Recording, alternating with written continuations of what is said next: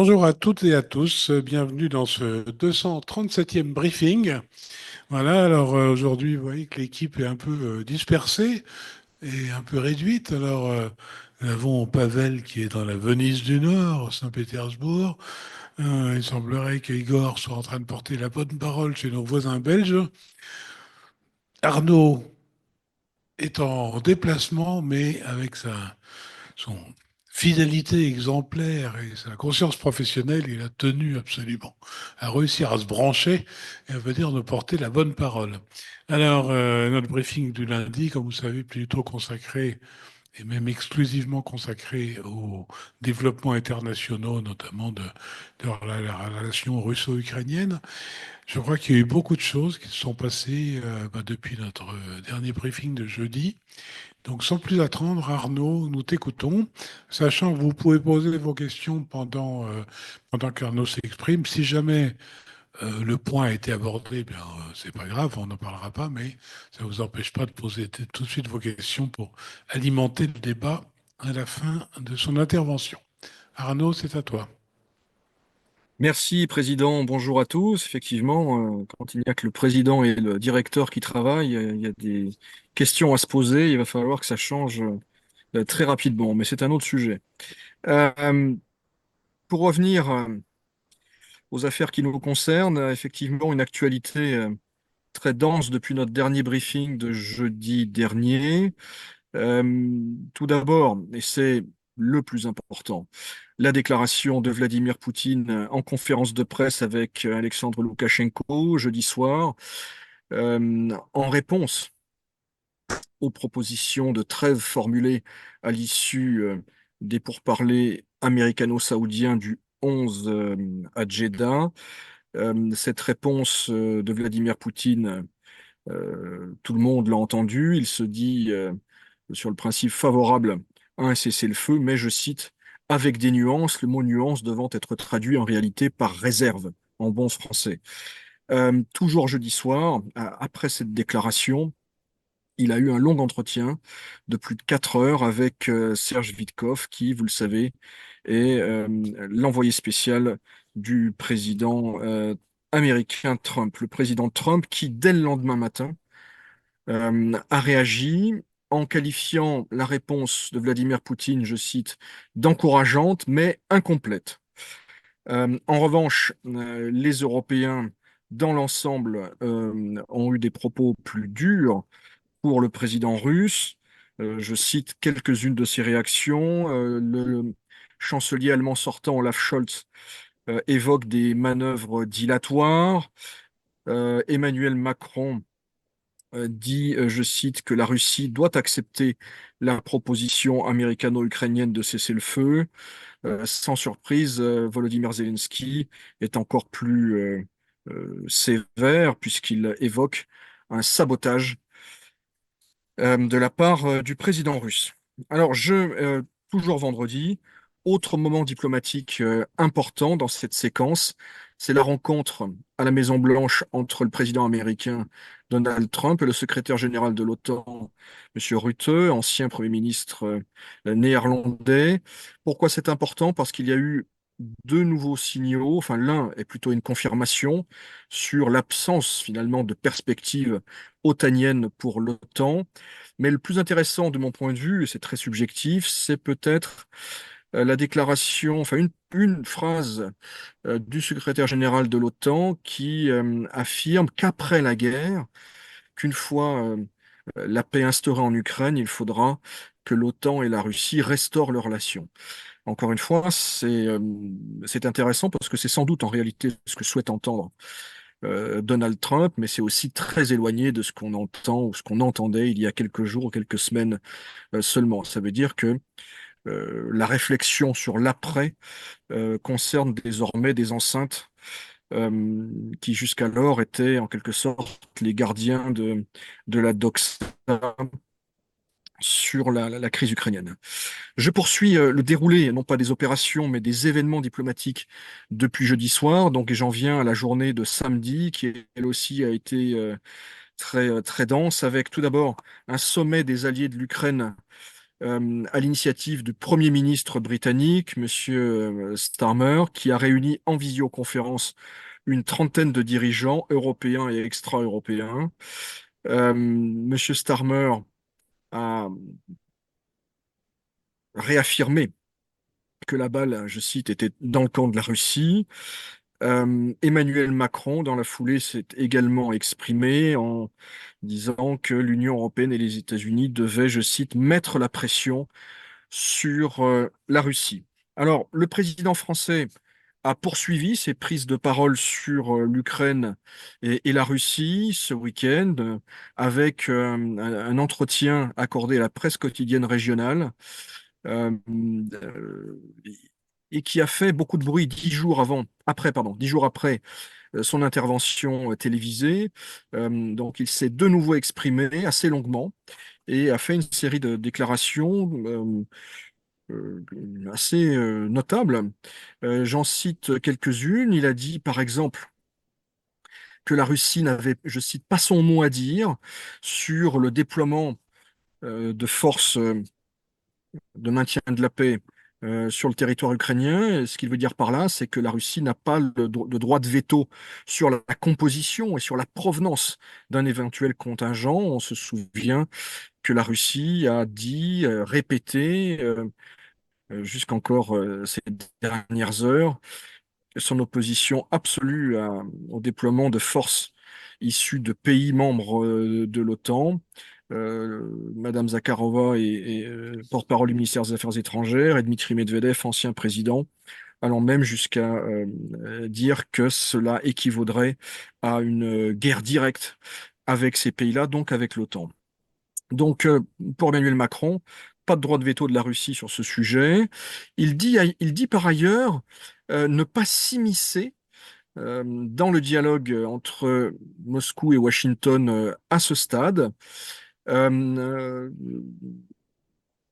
et par ailleurs, il estime que le moment venu, c'est au moment où on entrera dans une phase de cessez-le-feu, eh bien, un dialogue direct devra être rétabli avec Moscou. Il parle de la France. Et des contacts devront être renoués entre négociateurs français et russes.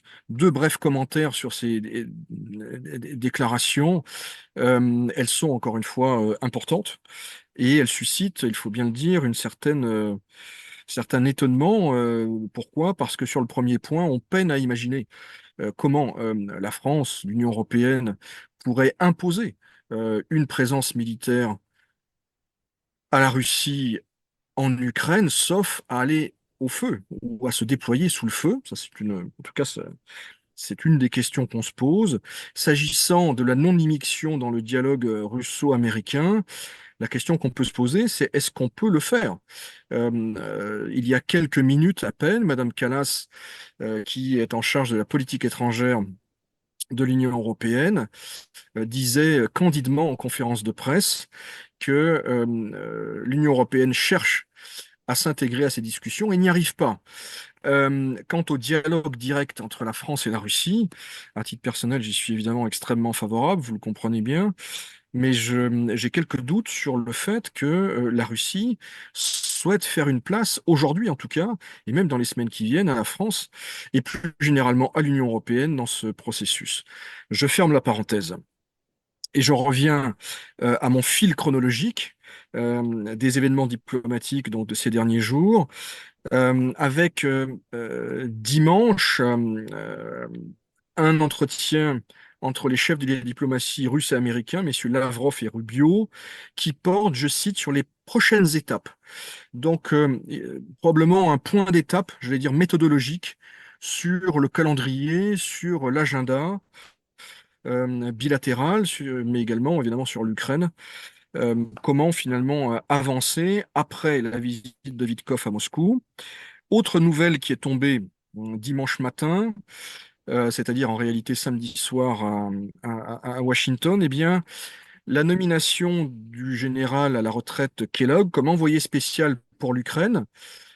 C'était intéressant. Pourquoi? Parce que en réalité, ça veut dire, c'est pas une promotion, hein, ça veut dire en réalité qu'il ne s'occupe plus du dialogue avec la Russie. Et là, on voit se dessiner, ou plutôt se confirmer.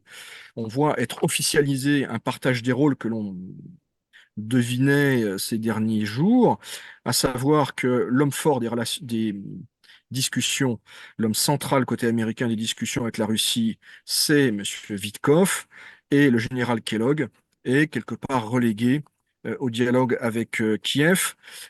Certaines sources américaines écrivent que cela se serait produit à la demande de la Russie, qui jugeait le général Kellogg trop proche des positions de Kiev. Alors, Monsieur Witkoff, encore une fois, qui très clairement jouit de la confiance totale du président Trump, et également est considéré comme le partenaire clé côté russe, eh bien, il s'est exprimé à son retour de Moscou, d'abord sur CBS, euh, et il évoque quelques sujets qui sont à l'ordre du jour des discussions russo-américaines à propos de l'Ukraine, et il évoque la mer Noire, et la centrale de Zaporizhia, la grande centrale nucléaire qui, je le rappelle, est à l'arrêt et surtout se trouve sur la rive gauche du Dniepr, c'est-à-dire en territoire contrôlé depuis 2022 par la Russie. C'est intéressant parce que c'est encore une fois une centrale dont on a beaucoup parlé à l'occasion de divers incidents. Euh, Certains ont être attribués à la Russie. Enfin, les Ukrainiens ont régulièrement accusé la Russie de la bombarder. Les Russes ont accusé les Ukrainiens. L'AIEA a gardé un silence prudent et pudique sur le sujet, sans doute pour ne pas avoir à suivre la Russie dans ses désignations. Ce qui est intéressant, c'est que ça devient un sujet. Et j'en veux pour preuve le fait que l'ambassadeur russe à Vienne auprès des organisations internationales, dont l'AIEA, dit aujourd'hui que les observateurs de l'Agence internationale pour l'énergie atomique vont devoir, dans le cadre de leur relève, passer non plus par le territoire ukrainien, mais par la Russie. Ce qui veut dire, en gros, que si vous voulez continuer à travailler sur ce site, eh bien, il faut reconnaître qu'il appartient à la Russie. C'est intéressant parce que cette annonce, elle intervient quelques heures seulement après que le sujet central zaporigien soit entré, je dirais, dans l'espace public. J'en reviens à M. Witkoff, qui s'est exprimé sur une autre chaîne américaine, CNN, pour évoquer, j'allais dire, le cadre temporel de ces discussions telles que vues par Donald Trump. Et aujourd'hui, il n'est plus question de 24 heures ni de mois, mais de semaines, selon Monsieur Witkoff. Autre personnage important de ces discussions, c'est Monsieur Waltz, qui, vous le savez, est le conseiller de Donald Trump à la sécurité nationale. Lui aussi est très actif. Généralement, il discute avec son homologue russe, M. Ushakov. Alors, son homologue, oui et non, M. Ushakov, en réalité, est le Sherpa, le conseiller diplomatique de Vladimir Poutine. Son homologue exact, ce serait plutôt M. Shoigu, mais on sait que il est plutôt en retrait depuis son éviction du ministère de la Défense. Eh bien, M. Waltz, s'exprimant hier dimanche sur ABC, confirme que la question de l'OTAN ne se pose plus pour l'Ukraine. Et il martèle le mot de réalisme qui revient à plusieurs reprises dans son intervention qu'il conclut en disant que toute prolongation du conflit risque de nous mener à la Troisième Guerre mondiale. Euh, donc voilà pour le déroulé des faits. Si on essaie de prendre un peu de recul et de contextualiser tout ça, que peut-on en retenir? Que doit-on mettre en exergue? D'abord, le contexte militaire. Le contexte militaire, on en a parlé jeudi dernier, même si de façon assez large et assez floue, puisque vous le savez, on s'interdit lors de nos briefings d'entrer dans les détails. Mais tout ça est bien connu, est évident. Le contexte militaire actuel, c'est que l'armée ukrainienne euh, traverse une situation que ces soldats présentent comme catastrophique dans la région de Koursk. Elle ne contrôlerait plus que 70 à 75 km² sur les 1200 qu'elle avait conquis en août. Donc les choses se passent très mal, très très mal. Cette retraite n'est pas une retraite en bon ordre, même si, il faut le dire, il n'y a pas d'encerclement des troupes ukrainiennes, contrairement à ce qu'a pu dire le président Trump vendredi. Et par ailleurs, et ça doit être souligné aussi, on en parle encore assez peu, peut-être que ça fera pchit, si j'ose dire, mais il est possible aussi que ça marque le début d'une phase nouvelle dans la portion sud du front, plus précisément du côté de Ariékov en ukrainien, eh bien, il y a une poussée. Tout ça, c'est dans la région de Zaporogié. Il y a une poussée des forces russes qui, encore une fois, dans un secteur potentiellement stratégique parce que c'est la route la plus proche de Zaporizhia. Donc, tout ça est à suivre, mais tout ça est concordant, encore une fois. Pression militaire russe qui semble reprendre, non plus du côté de Pokrovsk, où les Ukrainiens ont, semble-t-il, stabilisé la situation, mais à Koursk et peut-être à très brève échéance en direction de la ville ukrainienne de Soumy et au sud. Euh, D'ailleurs, cette situation est euh, jugée alors, apparemment suffisamment grave par le président Zelensky pour justifier un changement de chef d'état-major à Kiev. Donc, contexte militaire à suivre. À suivre parce qu'il a évidemment des conséquences immédiates sur la tonalité des discussions diplomatiques que j'évoquais précédemment et qui vont se poursuivre. Le deuxième point, c'est que l'Ukraine et l'Union européenne, sans surprise, veulent faire porter la responsabilité de la poursuite du conflit à Vladimir Poutine. Euh, euh, il multiplie, sans surprise encore une fois, les initiatives et les rencontres ces derniers jours pour grimper à bord euh, de l'équipage diplomatique. Euh, il y a un petit détail, j'ai parlé tout à l'heure des déclarations d'Emmanuel Macron. Un petit détail qui, à mon avis, n'est pas anodin. Monsieur Witkoff, pour la première fois, à ma connaissance en tout cas, a eu des mots assez durs sur la France, sur son président. Il a notamment dit que, en substance, je n'ai plus le phrasé exact en tête, mais que il regrettait les accusations portées par Emmanuel Macron contre Vladimir Poutine non, il regrettait que cela vienne de personnes qui ne sont pas, qui ne détiennent pas des informations de première main. Donc voilà, c'est intéressant parce que jusqu'à présent, les États-Unis n'avaient pas critiqué ouvertement la France et le président français sur le dossier ukrainien. Peut-être là une première trace d'irritation. Euh, Quant à la Russie, là aussi de façon très peu surprenante et même très prévisible, elle évite de claquer la porte. La claquer la porte au nez de M. Trump n'est pas une option et n'est certainement pas dans son intérêt. Euh, euh, elle, euh, Elle réaffirme ses positions de principe. Elle l'a fait depuis jeudi. Euh, Pas de cessez-le-feu, enfin, le cessez-le-feu en tout cas n'est pas une fin en soi. Ce n'est que l'ultime étape avant un accord de paix en bonne et due forme. Euh, euh, la Russie essaye, et pour l'instant avec succès, de d'amener finalement les Américains sur son terrain, ou en tout cas à aborder cette discussion de fond, c'est-à-dire les fameuses nuances qu'évoquait Vladimir Poutine. Reste ouverte la question des concessions au-delà de la cessation des hostilités, alors même que la dynamique est favorable à l'armée russe, on ne voit pas très bien sur quel sujet la Russie serait prête à faire sa part du chemin et l'étendue de sa part du chemin. On peut imaginer qu'elle la voit comme beaucoup plus réduite que ce que souhaiteraient les Européens, les Ukrainiens, c'est certain. Ce qui est très frappant aussi, c'est la tonalité générale. On n'a pas évidemment le détail de ces discussions, c'est bien normal.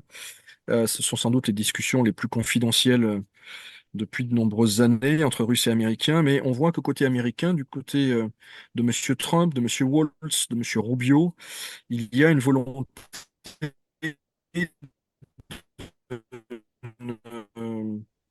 euh, comment dire, on évite lors du sommet du G7 de s'associer à de nouvelles sanctions.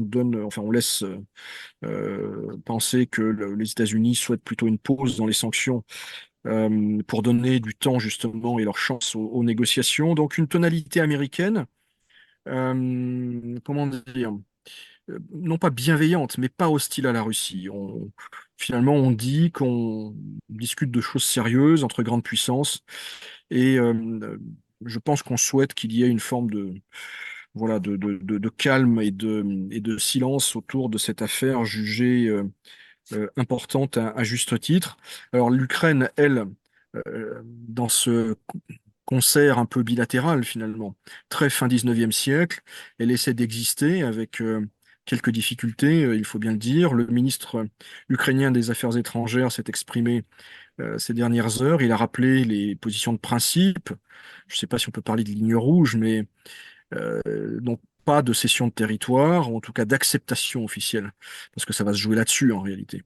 De cession de territoire, pas de limitation sur les alliances internationales, ni de restrictions sur la taille de l'armée ukrainienne. Et en même temps, on a vu le responsable ukrainien en charge des sanctions dire de façon très ouverte que il s'exprimait dans Politico, le média américain, que les sanctions sur frappant la Russie seraient sans doute levées rapidement, que ça pourrait faire partie des contreparties accordées aux Russes en échange de garanties de sécurité.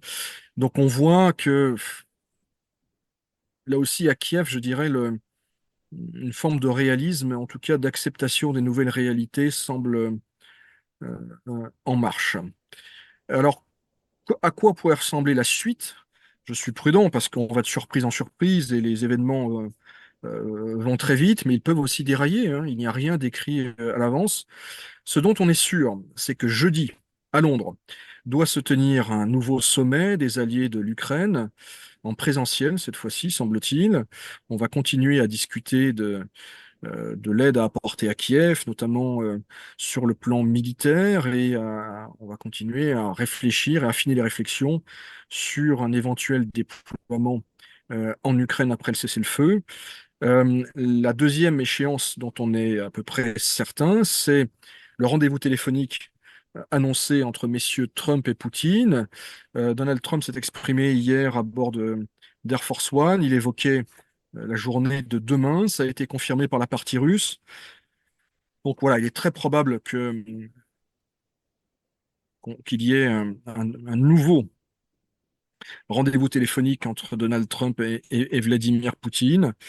Euh, Avant, peut-être, si les choses se passent bien, un sommet en présentiel entre les deux hommes.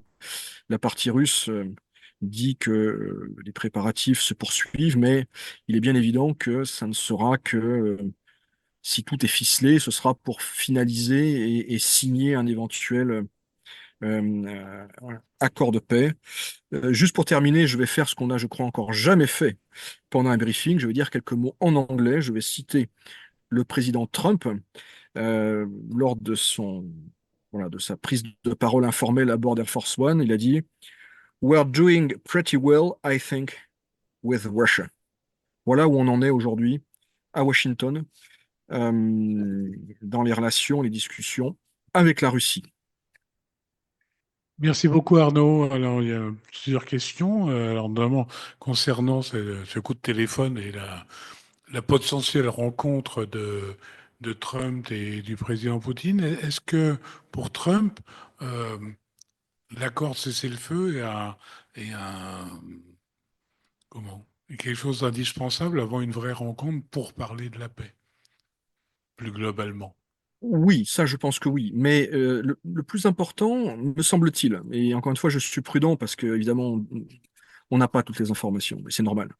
Euh, Me semble-t-il, la partie américaine a accepté le raisonnement russe, ou est en train de l'accepter, selon lequel le cessez-le-feu en réalité doit être est indissociable de l'accord de paix. Voilà, il ne peut pas y avoir un cessez-le-feu sans avancée parallèle, même avancée pratiquement définitive sur tout le reste, c'est-à-dire le règlement politique, ce que la partie russe appelle les raisons, les causes originelles du conflit ukrainien. Donc ça, c'est important. C'est important pourquoi? Parce que ça veut dire que la Russie ne s'expose pas à des mesures de rétorsion trumpienne, qui lui-même a intérêt à ce que les choses se passent bien, parce que il est en train d'investir beaucoup de capital politique dans cette affaire-là. Donc, risquer que ces initiatives se terminent par soit un cessez-le-feu de 30 jours violé au 31e jour, ou par finalement un non-accord de paix, ce serait pour lui assez grave. Donc je pense il a intégré le fait que pour la Russie, simplement faire une pause, ce n'est pas une option. D'où les discussions qui ont cours et qui, selon la partie américaine, avancent assez bien sur tout le reste. Alors, on ne connaît pas toute l'étendue de ces discussions. Il y aura sans doute des dossiers surprises. Mais voilà, il part de la centrale Zaporizhia, il part de la mer Noire, il part de l'OTAN, enfin, des sujets à la fois géostratégiques, des sujets économiques. Il y a un sujet qui n'est pas abordé immédiatement, mais qui sera sur la table forcément, c'est celui également des sanctions américaines, peut-être européennes aussi. Merci. Alors, on a une double question, enfin deux questions, mais qui sont sur le même sujet. Donc, c'est la première partie, c'est pourquoi la Russie est-elle tant hostile à la présence de troupes étrangères? Et avec un complément, une deuxième question qui est du même ordre, qui nous dit le scénario d'envoi des troupes turques en Ukraine après un cessez-le-feu est de plus en plus évoqué du côté européen. La Turquie est un membre de l'OTAN, mais doté de fait d'un statut particulier, y compris à l'égard de la Russie. Ce scénario est-il commenté en Russie? Alors, pourquoi l'hostilité de principe de la Russie aux troupes européennes? Ça paraît assez évident, hein. Simplement, officiellement, les Européens ne sont pas co-belligérants. En réalité, ils sont très impliqués euh, dans le soutien à Kiev.